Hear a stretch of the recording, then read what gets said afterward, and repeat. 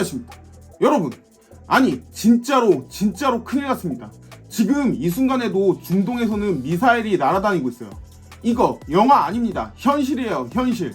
지난 밤 새벽에 일어난 일을 알면 여러분들은 깜짝 놀라실 거예요. 이스라엘이 전투기 200대를 끌고 나와서 이란을 박살냈어요. 그냥 박살낸 게 아니라 완전히 박살냈어요. 근데 이란도 가만히 있지 않았어요. 미사일 100개를 이스라엘에 빵빵 쏴버렸거든요. 지금 전 세계가 떨고 있어요. 왜냐하면요, 이거 진짜 재수없으면 세계 3차 대전이 될지도 모르겠어요.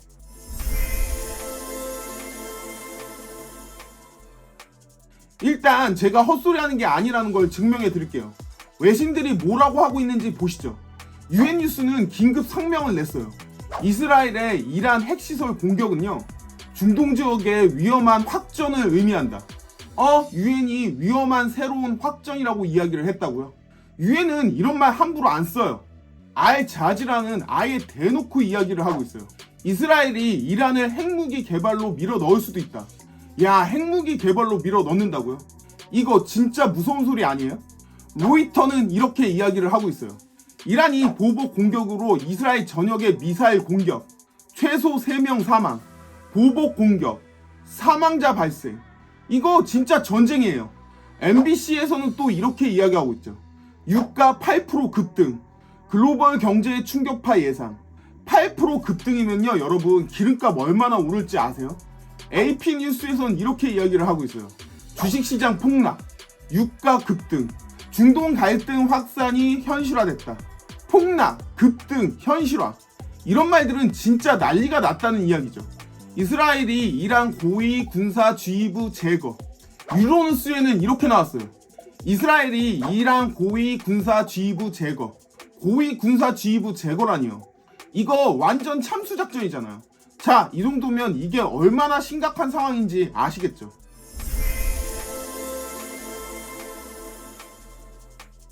자, 6월 13일 새벽이요. 시간으로 따지면 새벽 2시쯤이요. 이란 사람들이 다들 잠들어 있을 시간이에요.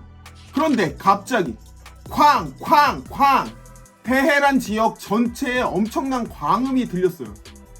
뭐지? 지진이야? 이렇게 생각하고 창문을 열어보니까요, 하늘이 빨갛게 타고 있는 거예요.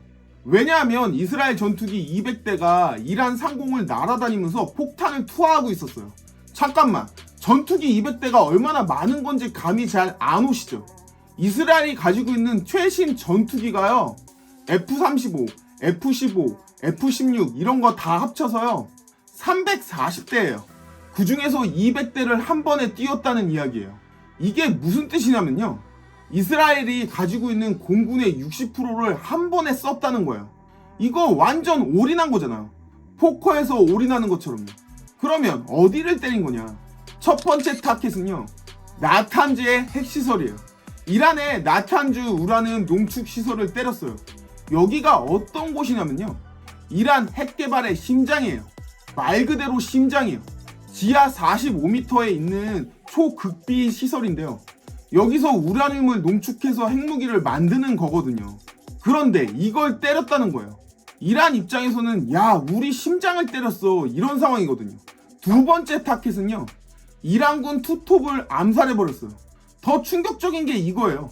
이란군의 1인자, 2인자를 한 번에 날려버렸어요.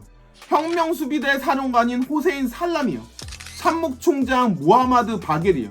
이 두 사람이 이란군의 내였거든요. 근데 둘 다 한 번에 사망했죠. 이거 마치 우리나라로 치면요, 합창의장이랑요 육군 참모총장 한 번에 죽인 거랑 똑같아요. 세 번째 타켓은 핵과학자들의 집이에요. 더 무자비했던 게요, 핵과학자들이 살고 있는 집까지 폭격을 한 거예요. 가족들도 있었을 텐데요. 정말 잔인하죠. 그리고 이 작전의 이름이 뭔지 아세요? 오퍼레이션 라이징 라이언이요. 라이징 라이언이요. 일어서는 사자라는 이야기죠. 이건 그냥 사자가 아니에요. 유다의 사자를 뜻하는 거예요. 예루살렘의 상징이죠. 그런데 여기서 진짜 소름 돋는 게 뭐냐면요, 이스라엘이 공격한 후에 뭐라고 했는지 아세요? 1단계 작전이 완료되었다. 1단계요? 그럼 2단계도 있다는 거잖아요. 이거 완전히 예고편이네요. 다음 편도 기대해주세요, 이런 거잖아요.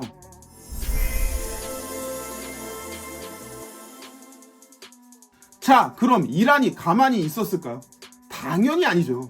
이란 최고 지도자가 열받아서 뭐라고 했냐면요. 이스라엘이 전쟁을 시작했다. 그리고 같은 날 밤에요. 슉 팡팡팡 이란이 미사일 100기랑 드론 100대를 이스라엘로 날려버려요. 이번엔 진짜 뚫렸어요. 아이온 돔을 뚫고요. 텔 아비브 시내 건물이 파손됐고요. F-35가 있는 네바팀 공군기지도 맞았어요. F-35가 부서졌는지는 아무도 모르죠. 이스라엘은 절대 인정 안 할 거고요. 이란은 부쉈다고 이야기를 하겠죠. 하지만 확실한 건요. 아이온돔이 완벽하지 않다는 건 증명이 됐죠.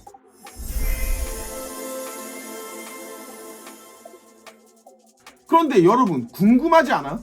왜 하필 6월 13일이었을까요? 여기에는 진짜 무서운 계산이 숨어 있어요. 계산 첫 번째, 핵 협상을 저지하자. 6월 15일 오만에서요. 미국과 이란의 핵 협상이 예정되어져 있어요. 이스라엘 입장에서는요. 이거 잘못하면 협상이 타결돼서 우리가 이란을 못 때리는 거 아니야? 이런 생각이 들었을 거예요. 그래서 협상 2일 전에 선수를 친 거죠. 계산 두 번째예요. 팔레스타인 국가 인정을 저지했어요. 6월 17일에 유엔에서요. 프랑스랑 사우디가 팔레스타인을 정식 국가로 인정하자 이런 안건을 올릴 예정이었어요. 마크롱이 최근에 뭐라고 했냐면요. 팔레스타인 국가 인정은 도덕적인 의무다. 근데 이스라엘 입장에서는요. 이거 진짜 큰일인데? 이런 생각이 들었을 수 있는 거죠. 계산 세 번째, 이란의 휴식일을 노린 거예요. 6월 13일이 이란의 금요일이에요. 우리로 치면 일요일이거든요. 가족들이 다 집에 모여있는 날이죠. 그래서 고위 인사들 위치 파악하기도 쉽고요. 한 번에 잡기도 좋은 날이었을 거예요. 이거 완전 치밀하게 계산한 거죠. 그런데 여기서 또 하나 충격적인 게 있어요. 처음에 미국 국무부에서 뭐라고 했냐면요. 우리는 이스라엘 공격과 무관하다. 우리 모른다. 선을 확실히 그었는데요. 그런데 갑자기 트럼프가 뭐라고 했는지 아세요? 나는 이번 공격이 훌륭하다고 생각한다. 이란은 강하게, 아주 강하게 타격을 받았다. 앞으로 더 많은 공격이 있을 것이다. 다음 계획된 공격은 훨씬 더 잔혹할 것이다. 이거 완전히 이스라엘 편들어주는 거잖아요. 이란 입장에서는요. 어차피 계속 두드려 맞을 텐데 그럼 빨리 반격해야 되겠다. 이런 생각이 들었을 거예요. 그래서 월가 예측보다 훨씬 빨리 반격을 한 거죠.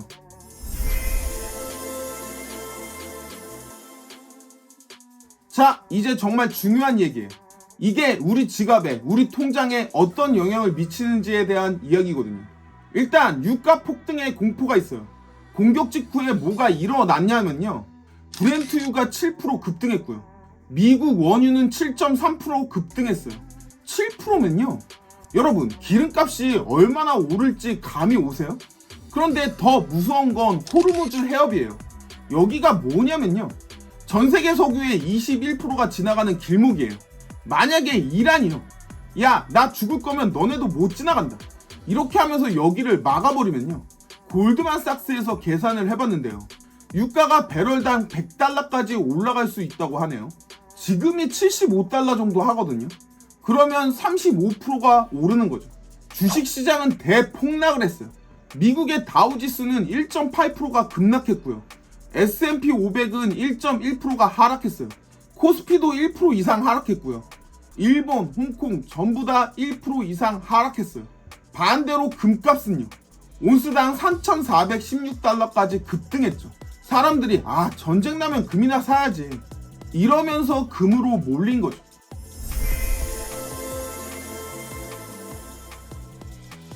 자, 그러면 우리나라는 어떻게 될까요? 기름값은 폭등할 거예요. 우리나라는 에너지의 93%를 수입해요. 거의 다 외국에서 사오거든요. 그 와중에 58%를 중동에서 가져와요. 만약에 중동에서 전쟁이 더 커지면요. 기름값이 확 올라가겠죠. 그러면 뭐가 올라가냐? 택시비 올라가겠죠. 버스비 올라가겠죠. 기름값 당연히 올라가죠. 배송비 올라가요.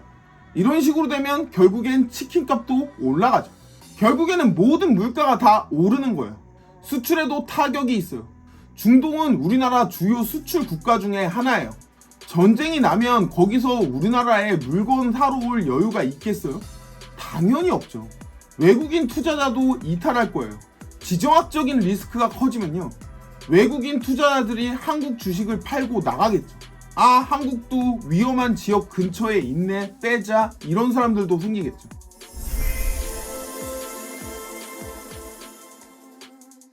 앞으로 전개될 상황을 예상을 해보면요, 시나리오 첫 번째는 소강 상태예요. 트럼프가 중재에 나서서요, 상황을 진정시키는 거죠. 하지만 이거 가능성이 낮아 보여요. 왜냐면 이란이 너무 많이 맞았어요. 군부 투톱이 죽었는데 가만히 있기는 어렵죠. 시나리오 두 번째는요, 제한적 전쟁이 일어날 가능성이 있는 거죠. 서로 몇 번 더 치고받고 하다가요, 적당한 선에서 멈추는 거죠. 이게 가장 가망성이 높은 시나리오죠. 둘 다 전면전까지는 원하지 않을 거거든요. 시나리오 세 번째는 전면전이에요. 이게 제일 무서운 시나리오거든요. 이란이 호르무즈 해협을 막거나요, 사우디 석유 시설을 공격하거나요. 그런 식이면 정말 유가가 200달러까지 갈지도 모르죠. 올라갈 수도 있어요. 우리나라는 생각만 해도 끔찍하죠.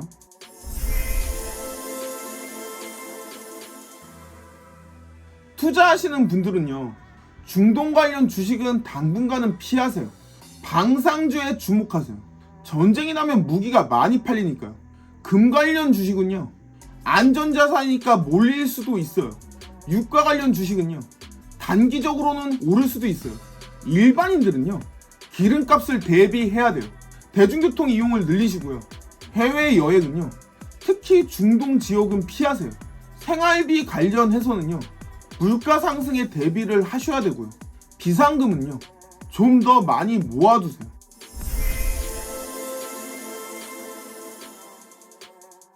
여러분, 이거 정말 심각해요. 지금 중동에서 벌어지고 있는 일은요, 단순한 지역 갈등이 아니에요. 이건 글로벌 경제 전체를 흔들 수 있는 쓰나미예요. 특히 우리나라처럼 에너지 수입에 의존해서 사는 나라는요, 더욱 큰 타격을 받을 수밖에 없는 거죠. 앞으로 며칠, 몇 주가 정말 중요할 거예요. 이란이 어떻게 나올지, 트럼프가 어떻게 중재를 할지, 사우디나 다른 중동 국가들이 어떤 입장을 취할지.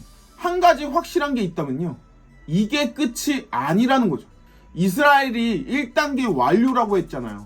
2단계가 올 거라는 뜻이거든요. 이란도 보복하겠다 이렇게 이야기를 했고요. 이거 진짜 장기전이 될 수도 있어요. 여러분, 뉴스 꼼꼼히 보시면서요, 상황 변화에 미리미리 대비하세요. 그리고 무엇보다도요, 전쟁으로 고통받는 일반 시민들한테 빨리 평화가 찾아오길 바래요. 오늘 영상은 여기까지고요. 이런 중요한 소식 놓치지 않으시려면요, 구독과 좋아요, 알림 설정 눌러주시면 감사하겠습니다. 다음에 또 만나요.